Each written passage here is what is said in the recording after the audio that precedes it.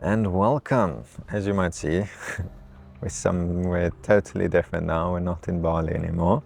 I am in South Africa, so it looks a bit different. I look a bit different.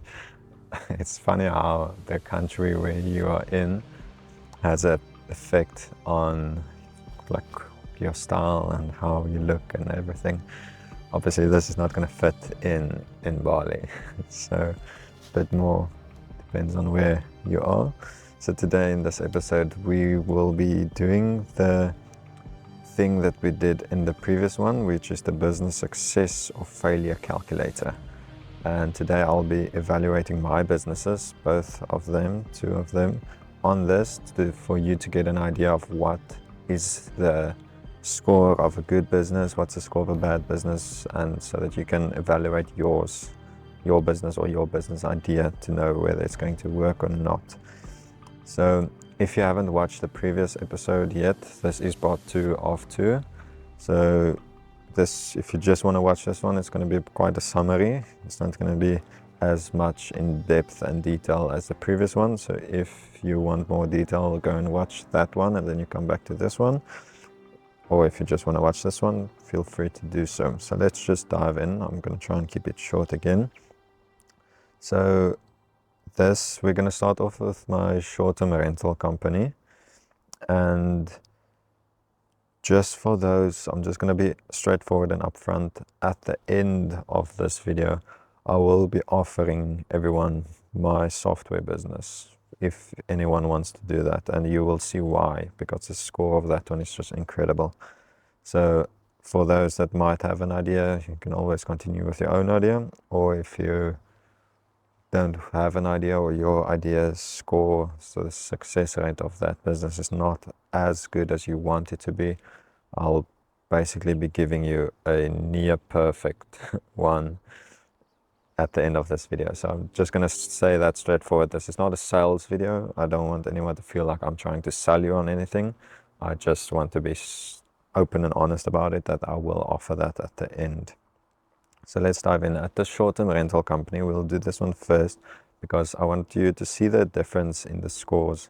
It's not a bad business, it's good, but it is quite difficult to scale and things like that. So let's start off with a score, and this one, as you can see, it has 20. So there's 20, and it's out of 20 because this is very important. So low upfront investment, how much does it cost to get started? So for me, with the business model that I started with renting places and then renting that out as a short-term rental. But recently we changed the business model so that the landlord and us are partnering together to, instead of us renting it from them and we keeping the profit, paying them the exact same amount of rent every month, we are going to a commission basis where we split the profit. So now, due to me changing the business model, that is a lot easier. So let's calculate it on it now. In the beginning, it was very expensive to get just one extra listing on. That's exactly why we changed that.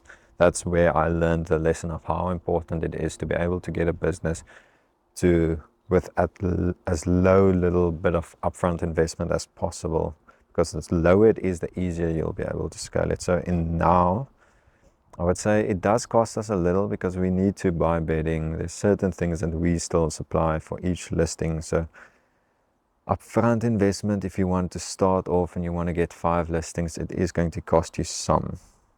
So it's not a perfect score. It's not a lot, but it's also not little. With 10 being, 20, it's being super low, so it's super easy to get into the business, or 0 mean it's very expensive. I would say it's between medium and low at the moment. So let's make that at 15. 1, 5. So that score is 15. Now we move over to low time investment. It does quite take a bit of time.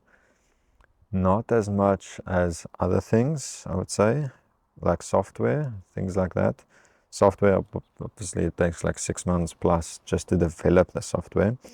So that can take time, but this, it's just creating an email, getting a website, and then start reaching out to potential landlords. So for that, I would say with 10 being low time investment,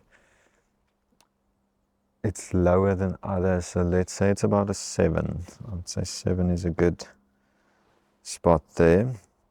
Number of employees, we can start this off with a pretty low number. You can even do it yourself if you want to. I was outside of South Africa at that time, so I had to hire people, but it is very little. Like you can start with 1 person or even 0. So this is very good. So I would say it's not like you need a factory full of people. So it's very low. So I'll make that a 10. Monthly overheads. How much is it going to cost you every single month? The biggest expense is most probably the people you hire. So the fact that you have so little people that you have to hire makes it actually so good. So the monthly overheads is very low. The only kind of overheads we have every single month is like shampoo, conditioner, toilet paper, little gifts, chocolates, wine, those kind of things that we supply with the Airbnb / short-term rental accommodation. So it's low. It's not like we need a lot. I would say that's maybe an 8. Let's say 9. And then production. So we don't need any production. We don't need to make any products, nothing like that. It's a service based. So we get 10 there. And then employees.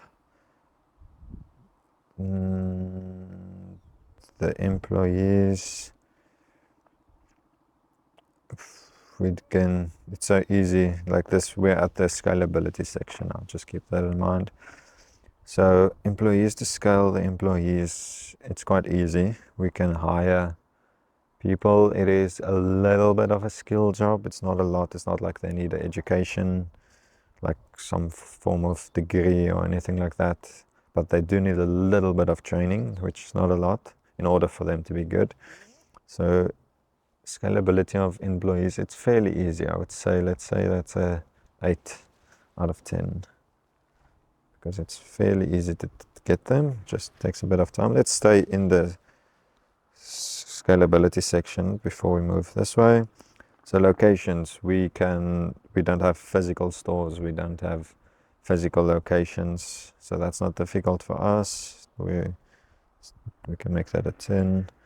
Clients, how easy is it to get clients? So in normal circumstances, clients will mean how easy is it to get customers into the door. So with platforms like Airbnb and Booking.com and those things, it's quite easy to get clients. But for this specific business model, I'm rather going to make that clients in the sense of landlords. Like how easy is it to get landlords so that we can then service more clients, if that makes sense. So we're going to do that, and that is the drawback of this business. It is difficult to get more landlords to trust a stranger with their property to list it as a short-term rental. So that is the drawback of this specific business. So for there, I'm going to give it a low score, maybe 1, because that is the drawback. Now, do we solve a problem? Yes or no? 10 yes, no. It's not necessarily solving a need. It's more solving a want, because it's a holiday rental. So people might go there to Cape Town for a business meeting. Obviously, then it is solving a problem because it is giving them a place to stay. At the same time, I'm very strict on this. So even though this is a yes, I'm strict on this because I feel like solving a problem should be more of like, you can only get full marks if it is if it solves a need, like for example, toilet paper or something that you really, really need, water. Permanent accommodation, I would also say, is a need. something like this is more closer to the end of a 1, so I'll give that a 8. So that's the score for the short-term rental business. Now let's calculate that all together. So that gives us a total score of 87. So this business scores 87 out of 100. Now let's keep that in mind and let's go over to the software business. Okay, so I'll just write 78 over here so that we don't forget it. 78, so that we can come back to that later. Now let's do the software business, and that is Elite Media, where we sell software to businesses. So low upfront investment. I'm not going to evaluate it on the things how I started it, because I started the entire franchise. I'm going to evaluate it on the factors of how you guys can come into this, because I'll give you a better understanding of what it will take and how easy or difficult it might be, and it will be more accurate in your sense, you watching this, because I'm making this for you. I'm not making this for me, obviously not. So let's feel it's just going to be better if we approach it in the way from your perspective. So a low upfront investment, we charge for any franchise owner $194 US a month. Now, if we compare that to what I paid, obviously it's way different. So if someone were to start their own software company, it's going to cost them a lot of money, like crazy money, just to get the software developed and all of that. So if we look at it in that way and you only pay $194, that's next to nothing. You're literally buying a business for $194. Where else on earth will you get your own business for $194? Nowhere, obviously nowhere. So that's a solid, I would say 19. Then we move over to low time investment. Is it low or is it high? How much time is it going to take you to start the business? Now, in normal circumstances, again, to start off something like this is going to take ages. It's going to take months and months, especially software will take at least 6 months to develop, and then you still need to figure out how you're going to sell the software, how you're going to approach businesses, all of that. So that will generally take long, but in this circumstance, I'm giving you everything. The software is already developed. We had the very first franchise owner, he made his very first sale in, I think it was 2 weeks after he bought his software. He made his very first sale. So you can do it as little as 24 hours. You can literally sell the software in hours, not even days if you want to. So in that case, time investment, it doesn't take a lot of time to get this up and going. So in that sense, I would almost want to give it a 10, but let's be strict and conservative. Let's make that a 9, because it might still take a day. But I feel like that's so close to 10. It's not like you can sell the software before you start it. Then we move over to the number of employees. So it depends. If you want to sell the software yourself, you can do it all by yourself, so you don't even need to hire people. But the magic of the franchise is you can hire a sales team. So you can pay them to get you clients, and you only pay them after they got your clients. So you never have to pay them until they make you money. So it's not possible for you to lose any money there. You only pay them after they've made a sale. So the number of employees, you can go with a lot of employees. I, at the moment, have 115 salespeople on my sales team, but you can do 10, you can do 5, you can do 1, you can do 1,000, you can do 100, doesn't matter. So number of employees, I feel that's so flexible.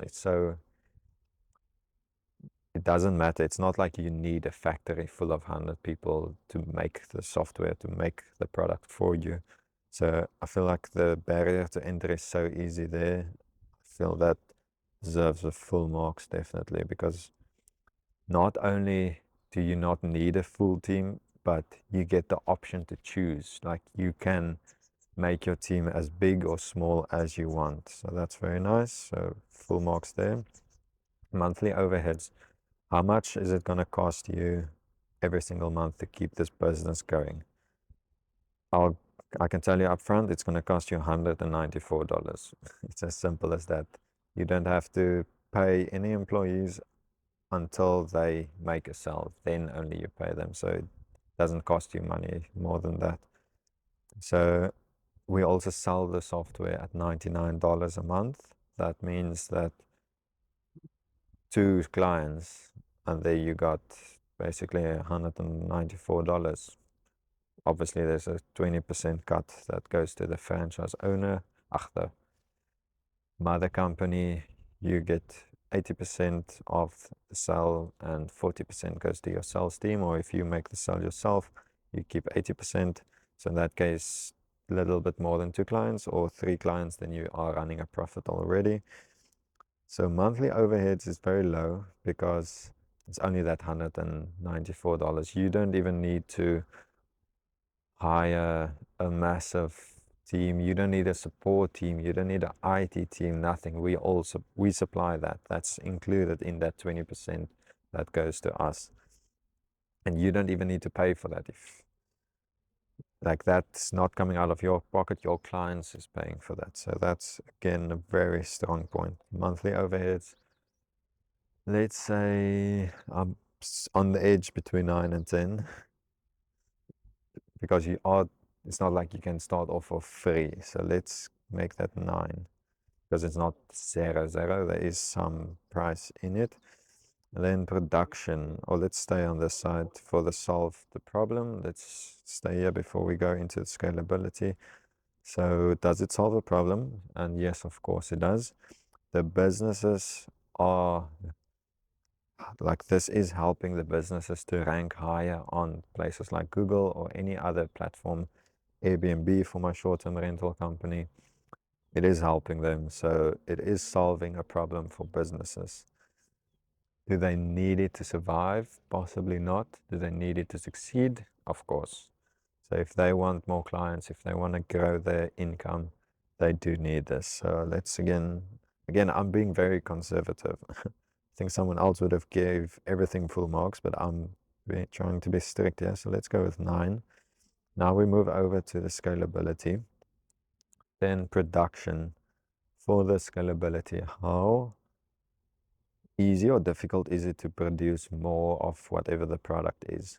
Again, this is software. It's 0.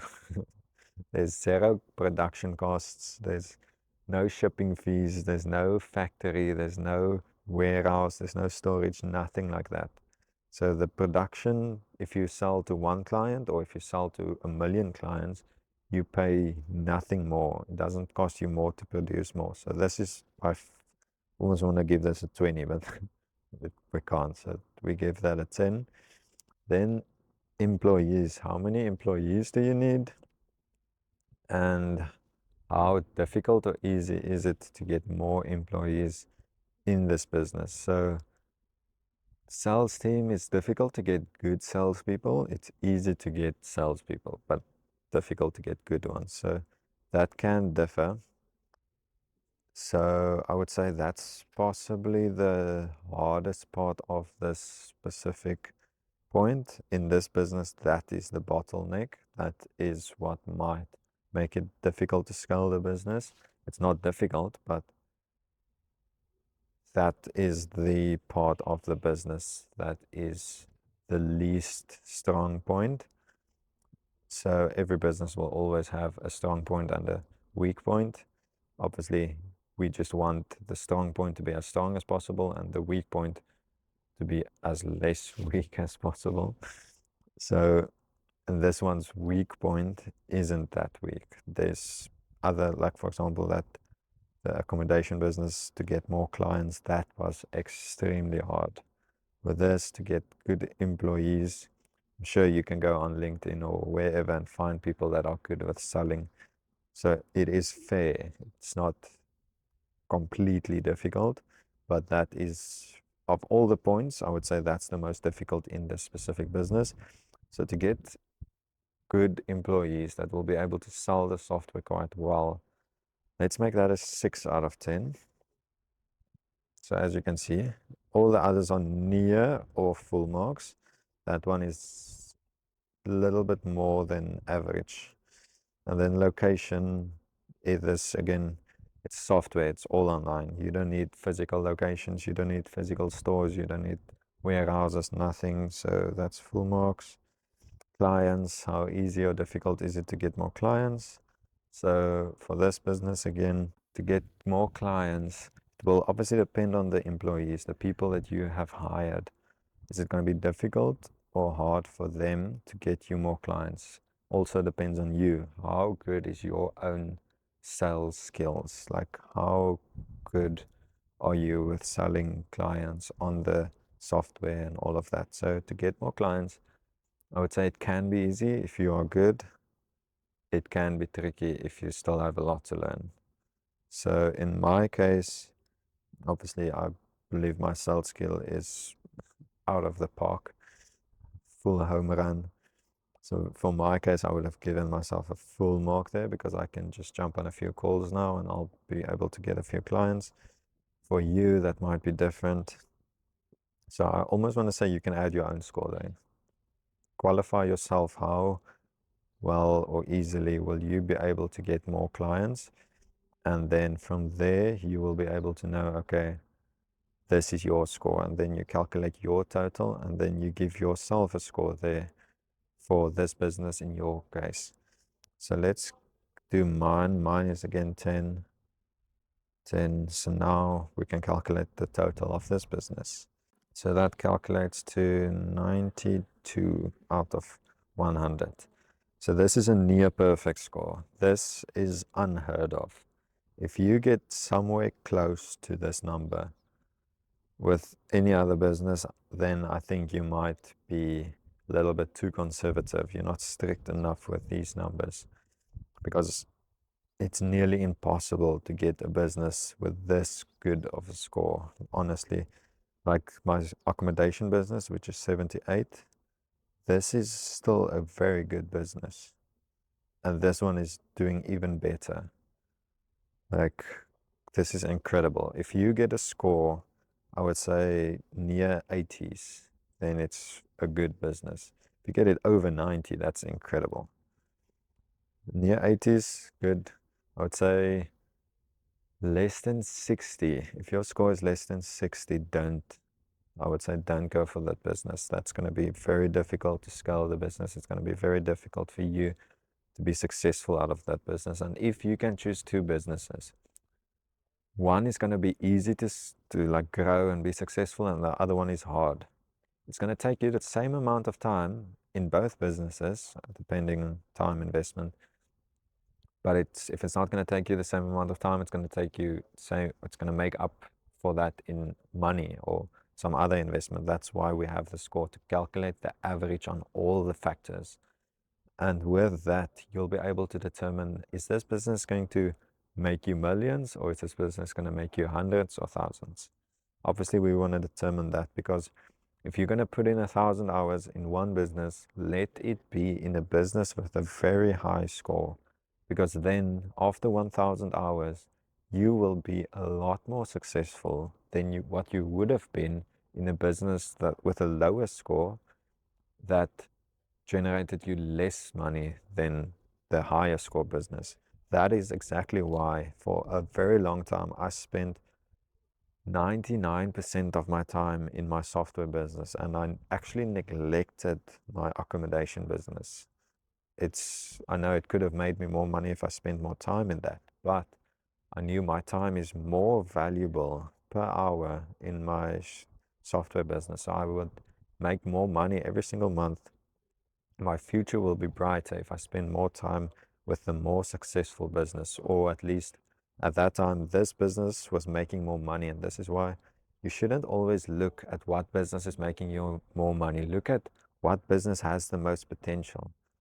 If I looked at only what business made me more money, I would have spent more time here, and this business would have been neglected. But because I knew that there's more potential, the success score of this accommodation software business is much higher, I spend more time there. And now this business has grown to far overtake my accommodation business. So this is why this is so important. Please do not skip this. Don't just look at numbers of how much a business is making and rely on that will be your go-to. That will be your guide on what is the best to do or where to do it. Look at this. This is exactly why this is so important. Look at this. Calculate the business idea that you have and do that. If you don't have an idea, or if your idea turns out to a score of 50, 60, even if it's less than 50, obviously don't even look back at that business again. But if your score is not a very in the class A score, please consider either look at a different business, try and think of a different business idea, or as I said, you can join on our software. You can start your own elite media company and sell our software as if it is your own. I'm giving you how to assess what business is good, which is bad, and I'm giving you the opportunity to take a successful business and make it your own. Make it as easy as possible for you to succeed. Remember, no business is easy. I want to make it sound like a business is easy. Starting a business is not easy. It's a full-time job. It is very rewarding, but it does take some of your time, does take some sacrifices. That's the entrepreneurial journey. So don't want anyone to expect anything more than what it actually is. So yes, that's this video. If you want to know how you can start your elite media company, just go in the link below. There will be a link where you can go and find out more information on that.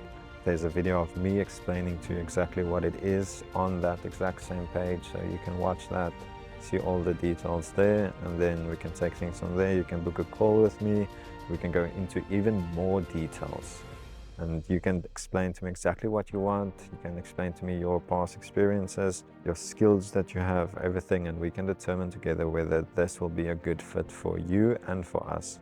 So we can work together on that, and then we can take it from there. Thank you for tuning in into this episode. You can go ahead and watch the next one if you haven't already. Cheers.